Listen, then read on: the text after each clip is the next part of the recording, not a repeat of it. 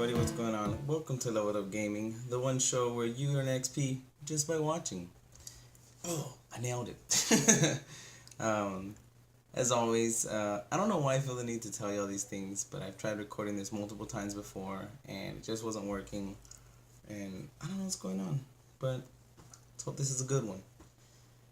Yeah, welcome to the show. This week we're just going to be doing a rumor roundup for the Nintendo Switch because, we just had the reveal last Thursday, and this past Thursday, we had the investors meeting where they basically told the investors what the plan is for the future going forward, and they revealed that they were going to have a live streaming broadcast or just another event on the internet on January 12th where they're going to unload a lot of stuff about price, launch lineup, and different things like that.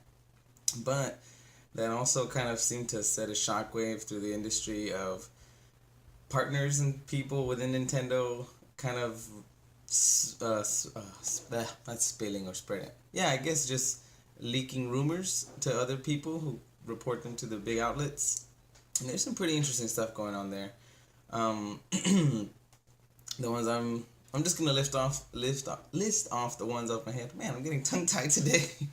I'm just gonna list off things that are off the top of my head, and I might miss some, but for the most part, this is kind of a little cohesive, just rumor roundup of what's going on.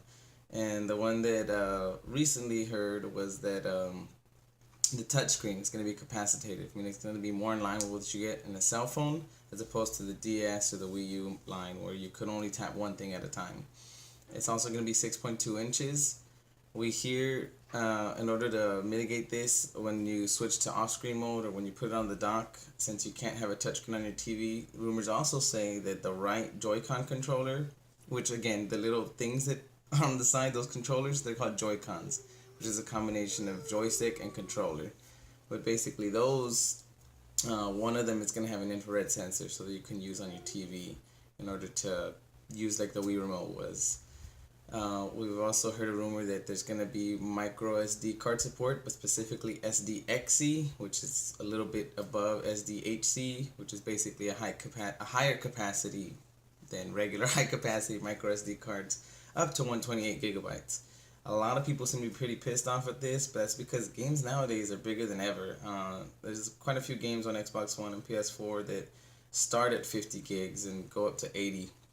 So if let's take the high round, 80, you could only fit one game on there, which some people are like, oh, this is the worst, or, I think something to keep in mind though is that we're also going to have small cartridges, and so maybe buying physical media won't be so terrible.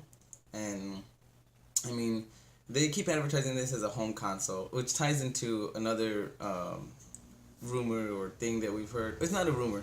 I'll get to that after I do the rumor roundup. But it has to do with the 3DS continuing on. But yeah, I think that this is a home console first, just as they've been telling everybody.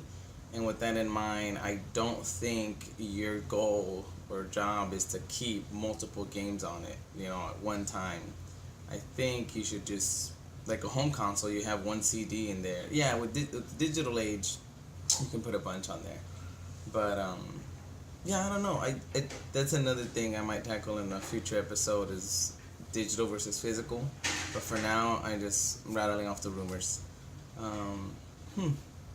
I remember I talked about some other ones before. Just can't think of any right now. They also mentioned how there's...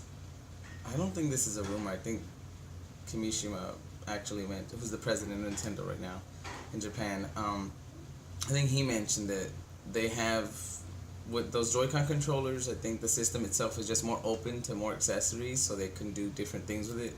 What that means, I don't know. Maybe it could be just more elaborate controllers you dock on the side. Different style of controllers that might replicate GameCube or Super NES. Who knows? Maybe potential for them to tiptoe into VR, which is also something they mentioned, that it's a window open for them. But yeah, man, I feel like I'm missing one. It's not even a big one, but if I remember, I'll continue. But I'll go ahead and section that off as the Nintendo Switch Minute. But yeah, today, or earlier, they translated the investor meeting, or they're in the process of it. And an interesting tidbit that came out was that they're going to continue the 3DS alongside the Switch. So because this is a hybrid console that has a it's a home console that you can take with you. Well, a lot of people assumed it was just going to cannibalize the Wii U and the 3DS, but right now what we're hearing is that now 3DS is successful enough to continue on its own, and we're going to have the Wii U as its own thing. The Nintendo Switch as its own thing, which I think is the novelty of the system. It's not so much a gimmick, it just is something extra that you can do that is really awesome. Oh, that was another rumor, that the dock has a little extra processing power in it. Again, that one's been floating around since before, but the fact that it's been reintroduced is interesting nonetheless. Um, but yeah, the fact that they're saying that we're going to have the handheld market still with DS and that it's going to continue, not necessarily meaning that it's the same DS, that also kind of implies that they are open to the option of making like a 3DS sequel or something like that has better graphics and things like that. But the fact that a home console is still going to be a home console and the 3DS is continuing where it's going, I think if they did upgrade the 3DS, they might be closer in architecture in terms of operating software, where you could have cross-platform games, which still sticks to the vision of it's this handheld one is the one you would take on long road trips versus that was the other rumor, battery life. Right now it's showing that it's 3 hours, but there's also the rumor that I keep prefacing it with rumor because I want to just let people know that this is pretty much can be taken as fact, but since Nintendo's not officially stating it, we should all take it with a grain of salt. But basically the Switch is going to be powered or charged through USB-C, which is basically a faster type of USB. Right now, like my Nexus phone uses a USB-C, and in like 30 minutes I could have like 80 to 90% battery, and that lasts me, tons of hours. So it also kind of counteracts the 3-hour battery life rumor, where yeah, it sounds pretty shitty, but if you're gonna jump on a plane or go for a road trip, I don't see why you can't plug a USB-C into the car or into. I've never been on a plane, so I don't know if they have outlets for people to use, but if that's a thing, I know I've heard about people setting up little home console stations on planes, but if that's a thing, you can just charge it while you're playing or take it with you to your hotel and then charge it at your hotel so you can game at a convention or again on a vacation. The faster charging kind of counteracts the short battery life. To some people, again, it doesn't. It's pretty neat to see the debates going on in forums. But yeah, I'm excited about the rumors I'm hearing. I guess I am a little disappointed with the SD card size, but I also am pretty diligent about deleting stuff. My internet speed is okay. It's 50 megabits per second, which isn't gonna save the world, but I think that's better than some people's. So having to delete and re-download digital games isn't a big deal.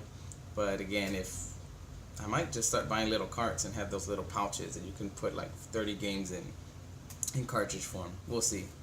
Another thing I wanted to talk about in this episode is the 3 shooters that are out. I think Call of Duty's coming out soon, but Titanfall and Battlefield 1 are out, and Call of Duty Infinite Warfare is coming soon.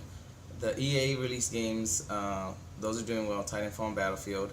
From what I've heard in preview buzz from outlets is that Call of Duty is kind of lukewarm, getting received lukewarm because it's just more of the same. And not just more of the same from Call of Duty, which we know is a good shooter, but you can only make a good shooter so many times before it's like, you need to innovate. It's also more of the same in terms of Titanfall 2, where it's a futuristic shooter. So between the two, depending on your loyalty, you might have to pick and choose what you want. I just thought that was interesting. That Call of Duty is still big as balls. Big as hell. It's just, I think people who aren't diehard fans are starting to be like, what other kind of shooting experiences can I have? And yeah, that's kind of was it. I wanted to also just comment on how news is going to be slow, and it's because we're entering the holiday season. Think about it. In a week or 2 weeks, we're going to be in the middle of November, and then we'll be next to Thanksgiving. And so right now, a lot of the console publishers and developers are focusing on just letting the games that they have made sell, and they're not really interested in releasing new games right now. That's what these 3 big are for. The three big shooters are for, It's because those are like, hey, these are the big ones that we want to get out. So in time for holidays, retailers can bundle systems with games with controllers.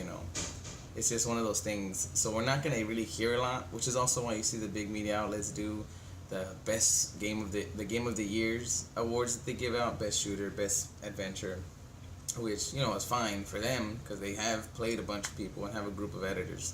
But for me, it's a little interesting. I think I'm gonna kind of do what my Subject Matters podcast does and kind of just confront gaming media, different topics that I find interesting, like physical versus digital,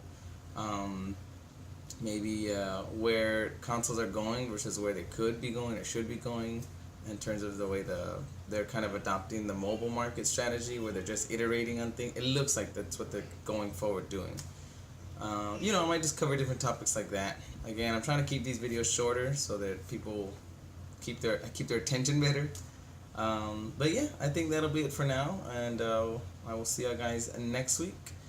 And right now I want to do an outro that kind of starts with like come, and that's your XP for the week. I also want to say that I know I'm doing these dumb intro and outros, which are totally unnecessary, totally cheesy, but I think that's why I want to do them, because I can, and because they're totally dumb and cheesy. I'm a fairly cheesy, dumb person, but I just, I don't know. Maybe I should not do them, but I like them because I can. Alrighty, thanks for watching. Make sure to like, subscribe, and share. Don't forget to comment if you disagree with anything or just want to talk. And I will see y'all guys on Leveled Up Weekly next week. Thanks for watching. I'll talk to y'all later.